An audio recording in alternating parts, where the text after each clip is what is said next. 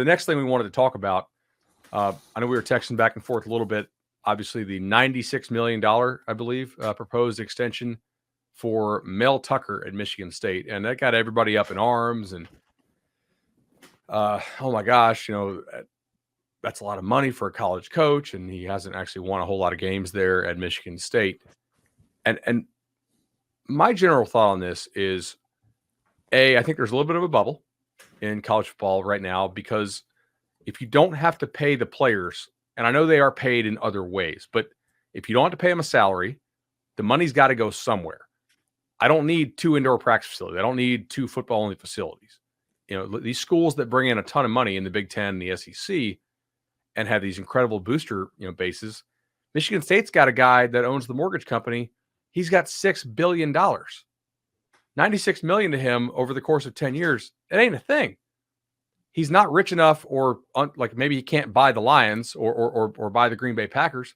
What's the next best thing? Play kind of, miniature owner of a college football team. And my thought is, if you think you've got the guy who could elevate your program above what its ceiling is, the money is worth the risk, assuming you have the financial backing for it. Mel Tucker may not be the guy.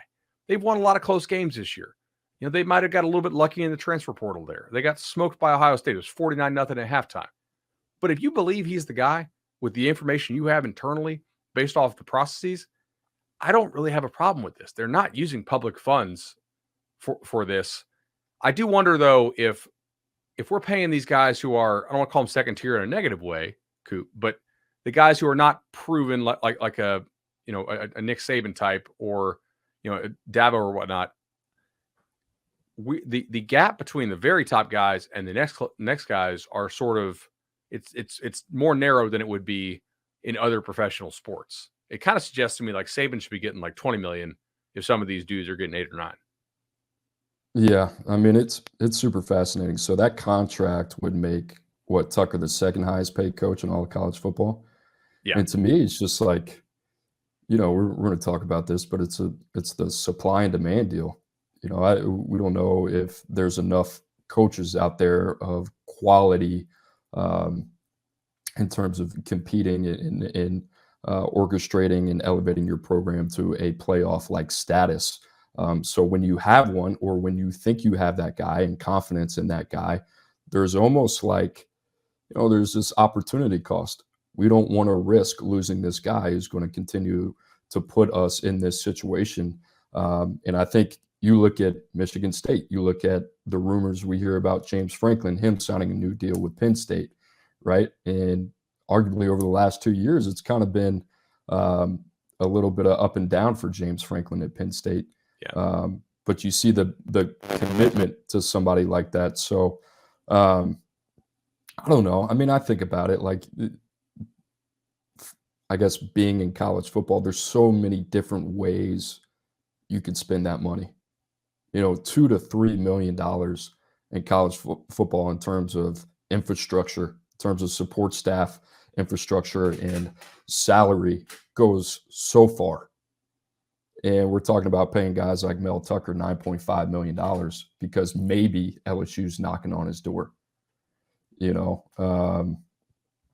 don't know. I mean, I just think that's the way college football is going. I agree with you in terms of it being a bubble.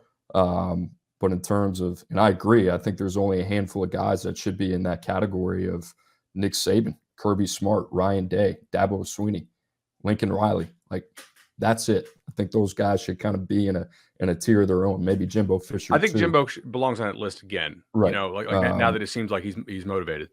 Right. So I don't know. I mean, it's just crazy, right? Like, we'll see what happens with LSU. I fully expect them to kind of reset the bar here, maybe sometime in the next couple of weeks. So, and for that case, I think it's only going to continue to grow exponentially. For sure. I mean, I do think we're going to see a bit of a split between the conferences, because there are a lot of leagues out there that can't afford to break the bank if they think they have the right guy. They're going to have to try to find different ways to lock them down. Your point about Tucker and the way you could spend that money, I think is well taken as well. And Mel is a guy who he had Michigan State over a barrel when he signed the first deal due to the timing of the hire, right? So D'Antonio did not retire until, what was it, like early March, I think it was, or it, that Mel was in a really weird spot because not only did he not get to do early signing period at all, which, hey, in my opinion, you may not be missing out on much. If anything, you have more playing time to sell in your second class.